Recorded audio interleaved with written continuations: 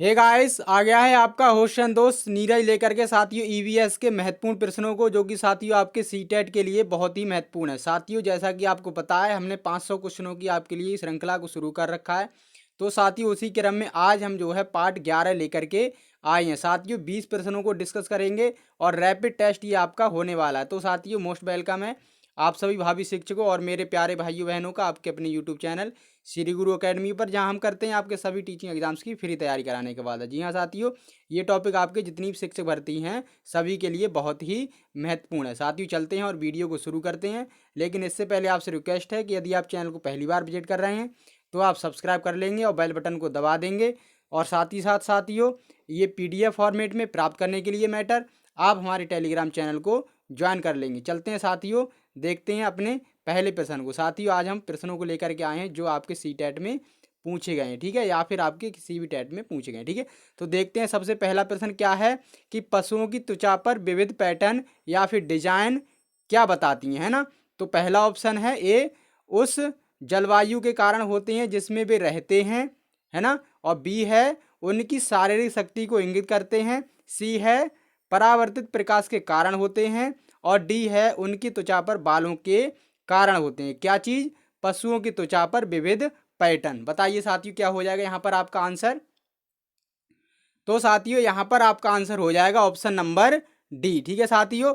Friends, मैं आपको यहाँ पर बताऊं, जिन लोगों ने जो है तैयारी की है ना, तो वो इसके लिए टेस्ट की तरह लेंगे। और जो हमारे बहन भाई नए हैं वो जो है यहाँ पर जो इंपॉर्टेंट फैक्ट मैं आपको बताऊंगा उन्हें आप नोट कर लेंगे, ठीक है। तो आप पेन और पेपर के लिए लेकर के बैठेंगे, ठीक है। तो देखते हैं साथियों अगले प्रश्न को। क्या है कि घटपर्णी पौधे, जिनके लिए हम निफेंथिस भी कहते हैं, ये साथियों इनकी क्या विशेषता है ना। क्या है? पहला ऑप्शन का मुंह छोटी छोटी कंटियों से ढका होता है। और बी है भारत में नहीं पाया जाता। सी है मेढकों, कीड़े मकोड़ों और चूहों को चालाकी से फंसाकर खा जाता है। और डी है कीड़े मकोड़ों को आकर्षित करने के लिए उच्च तारत्य की ध्वनि निकालता है। तो फ्रेंड्स, मैंने आपके लिए जितने भी पौधे हैं, जैसे कि घटपर्णी है ना, और बरगद, और जो भी जितने भी झाड़ी पेड़ पौधे हैं, वो सब जो है मैंने आपके लिए पढ़ा रखे हैं, ठीक है। तो आपने अगर वीडियो नहीं देखा है तो आप देख लें और जो है आपका कॉन्सेप्ट क्लियर हो जाएगा, ठीक है। तो देखते हैं यहाँ पर निफेंथिस के बारे में। तो साथियों, ये पौधा क्या है? ये जो इसका ऑप्शन है ये गलत हो जाएगा, ठीक है, क्योंकि इसके मुंह पर कोई भी कंटियों का ढक्कन जो है नहीं नहीं होता, ठीक है साथियों। और क्या है? बी ऑप्शन, भारत में नहीं पाया जाता। तो ये भारत में पाया जाता है। कहाँ पर? तो अपने मेघालय में, ठीक है। और सी ऑप्शन जो है इसका राइट हो जाएगा, क्योंकि ये क्या है, कीड़ों मकोड़ों को और चूहों को चालाकी से फंसाकर खा जाता है, ठीक है। और डी ऑप्शन जो इसका है वो जो है गलत है, क्योंकि यह पौधा ऐसा होता है जो ध्वनि नहीं निकालता, बल्कि एक जो है परफ्यूम जैसी खुशबू छोड़ता है ना। तो इसका आंसर आप समझ गए होंगे। देख लेते हैं अगले प्रश्न को। क्या है कि प्रक्रिया जिसके द्वारा पौधे प्रजनन करते हैं क्या कहलाती है ना। ऑप्शन ए है प्रकाश संश्लेषण, बी है बाष्पीकरण, सी है संघनन और डी है परागण। बताइए साथियों, क्या हो जाएगा यहाँ पर आपका राइट आंसर? तो फ्रेंड्स, यहाँ पर बताइए क्या हो जाएगा राइट आंसर? यहाँ हो जाएगा आपका राइट आंसर, बताइए डी, ठीक है। डी आपका यहाँ पर राइट आंसर हो जाएगा। प्रकाश संश्लेषण में पौधे जो है कार्बन डाइऑक्साइड को अवशोषित करते हैं और ऑक्सीजन को जो है छोड़ते हैं, है ना। और क्या है, बाष्पीकरण में क्या करते हैं पौधे? तो बाष्पीकरण में पौधे जो है पत्तियां जो पौधे की वो पानी के लिए भाप के रूप में निकाल देती हैं, बदल देती हैं ना, किसके? धूप के कारण। और संघनन में क्या है? तो भाप जो है बूंदों के रूप में बदलती है, ठीक है। तो यहाँ पर आपका आंसर डी हो जाएगा, ठीक है। चलते हैं अगले प्रश्न पर। देख लेते हैं अगला प्रश्न क्या है कि सैक लाइकेन है एक क्या परजीवी, या फिर रसायन पोषी, या फिर डी अपघटक, और डी है आपका सहजीवी। बताइए साथियों, क्या हो जाएगा यहाँ पर आपका आंसर? तो फ्रेंड्स, मैं आपको बताऊं, ये जो लाइकेन होता है ये एक विशेष प्रकार का पौधा होता है, ठीक है। और ये जो है जो वायु होती है अपनी, है ना, उसमें जो कार्बन डाइऑक्साइड अगर बढ़ जाता है तो उसमें जो है ये इंडिकेटर का काम करता है ना। यानी ये जो है वायु प्रदूषण में जब सल्फर डाइऑक्साइड SO2 की मात्रा बढ़ जाती है तो इसका कलर बदल जाता है, ठीक है। और ये साथियों क्या होता है? ये होता है आपका सहजीवी, ठीक है। डी ऑप्शन यहाँ पर आपका राइट हो जाएगा, ठीक है। किस किस के बीच होता है ये सहजीवी? तो आप याद रखेंगे शैवाल और कवक, ठीक है। शैवाल और कवक के बीच में ये जो है क्या होता है, इसमें जो है सहजीवी संबंध होता है, ठीक है। इसमें शैवाल क्या करता है? तो भोजन के रूप में काम करता है, और कवक जो है शैवाल के लिए आधार देने का काम करता है। ठीक है साथियों, चलते हैं अगले प्रश्न पर, देख लेते हैं प्रश्न नंबर 5 क्या है। लौंग और केसर पौधे के किस भाग से प्राप्त होते हैं। ठीक है, पहला ऑप्शन है जड़, बी है तना, सी है फूल और डी है फल। ठीक है, बताना है आपके लिए, तो बताइए इसका आंसर क्या हो जाएगा।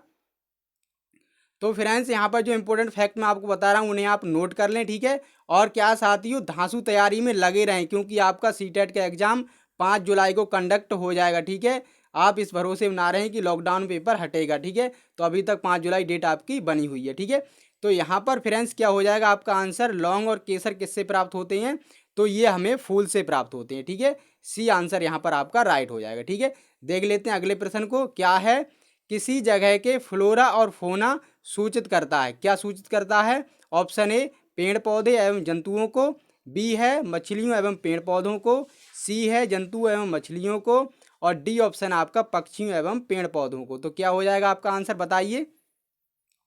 तो साथियों फ्लोरा जो होता है वो हम जो है पेड़ के लिए प्रदर्शित करता है। ठीक है, या और जो फोना होता है वो आपका जंतुओं के लिए जो है सूचित करता है। यहाँ पर आपका ए ऑप्शन जो है राइट हो जाएगा। ठीक है, ए फॉर अमेरिका जो है राइट आंसर यहाँ पर हो जाएगा। ठीक है, तो आप याद रखें। चलते हैं साथियों अगले प्रश्न को देख लेते हैं, क्या है कि प्रकाश संश्लेषण संपादित होता है। ऑप्शन ए सभी पौधों द्वारा, और बी है सभी जंतुओं एवं पौधों द्वारा, सी है सभी हरे पौधों द्वारा और डी है वायरसों द्वारा। तो बताइए साथियों क्या हो जाएगा आपका यहाँ पर आंसर।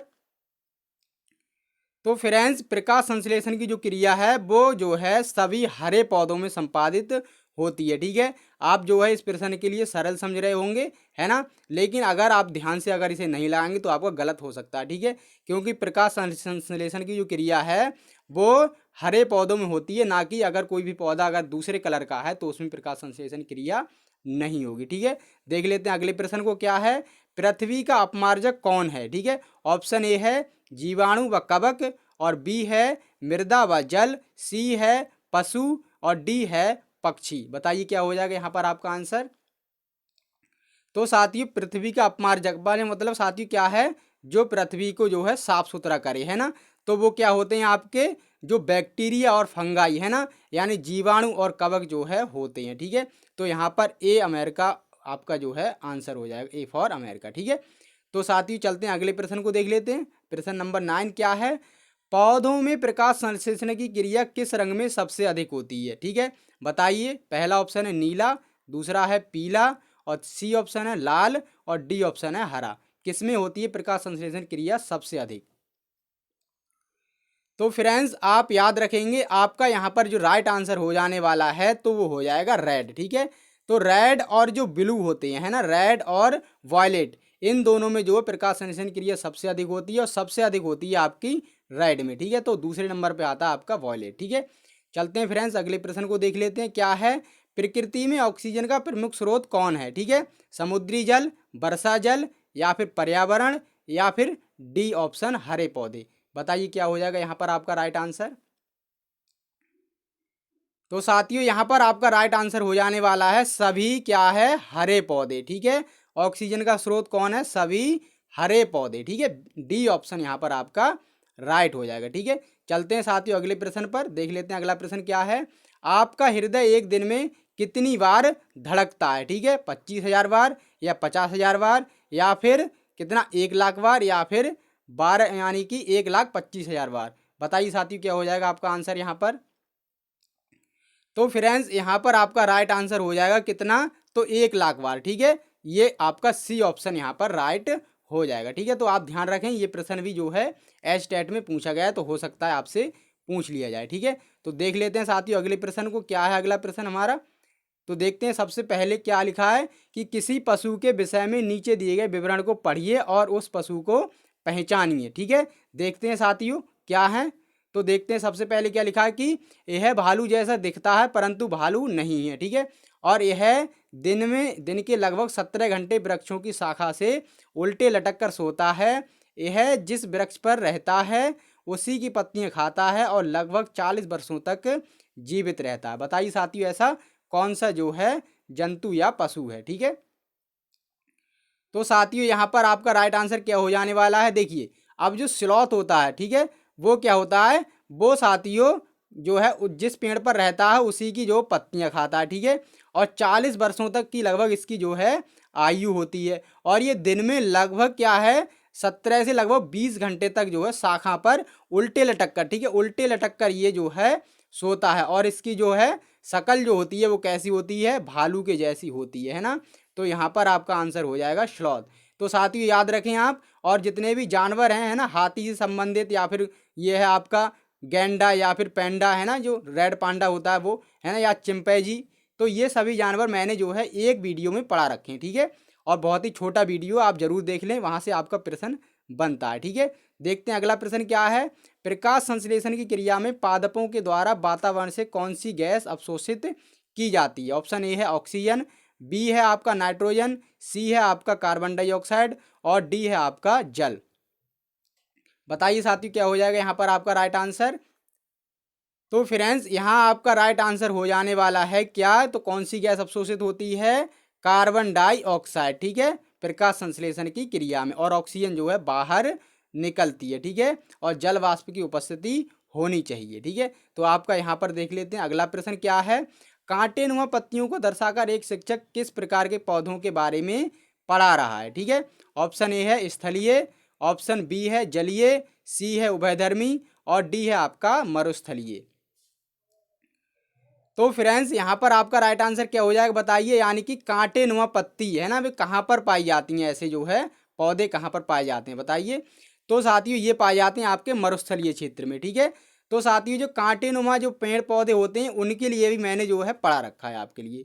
तो यदि आपने मेरे वीडियो देखे हैं तो सभी क्वेश्चन आप इजीली करके ले जाएंगे, ठीक है। देख लेते हैं अगले प्रश्न को क्या है। प्रश्न नंबर 15, निम्नलिखित पौधों में से कौन सा एक वृक्ष का उदाहरण है, ठीक है। बरगद या गुलाब या फिर मेहंदी या फिर डी ऑप्शन आपका तुलसी। तो वृक्ष का उदाहरण कौन सा है। तो साथियों आपने इसका आंसर लगा ही दिया होगा है ना। इसका आंसर क्या हो जाएगा बरगद। बरगद क्या है, एक वृक्ष का उदाहरण है, ठीक है। और बाकी जो बचे आपके ये क्या हैं, तो ये झाड़ी का उदाहरण है, ठीक है। तो झाड़ी और पेड़ पौधे जितने प्रकार के होते हैं इन्हें भी आप जो है पढ़ लें एक बार, ठीक है। प्रश्न आपसे पूछा जा सकता है, ठीक है।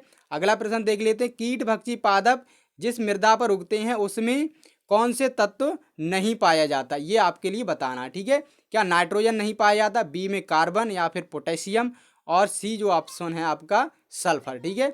बताइए साथियों क्या हो जाएगा यहाँ पर आपका राइट आंसर। तो साथियों कीट भक्षी पौधे जो कि मैंने आपको बताए हैं ना क्या, तो उसमें साथियों नाइट्रोजन की कमी होती है और ये कीटों को जो है खा करके क्या है अपने अंदर नाइट्रोजन की पूर्ति करते हैं, ठीक है साथियों। तो यहाँ पर आपका ए ऑप्शन राइट हो जाएगा, ठीक है। देख लेते हैं अगले प्रश्न को क्या है। निम्न में से द्विबीजपत्री पौधा कौन सा है। ऑप्शन पहला है बांस, ठीक है, बी है केला, सी है गन्ना और डी है सरसों। बताइए क्या हो जाएगा आपका यहाँ पर राइट आंसर। तो साथियों द्विबीजपत्री है ना, जिसमें क्या है दो बीज की तरह जो है बीज जिसका होता है, ठीक है। तो साथियों गन्ने का क्या है, गन्ने का हम बीज यूज नहीं करते हैं ना, ये क्या है खुद जो है खुद गन्ना ही जो फसल की तरह लगाया जाता है ना। और ऐसे ही बांस, ठीक है।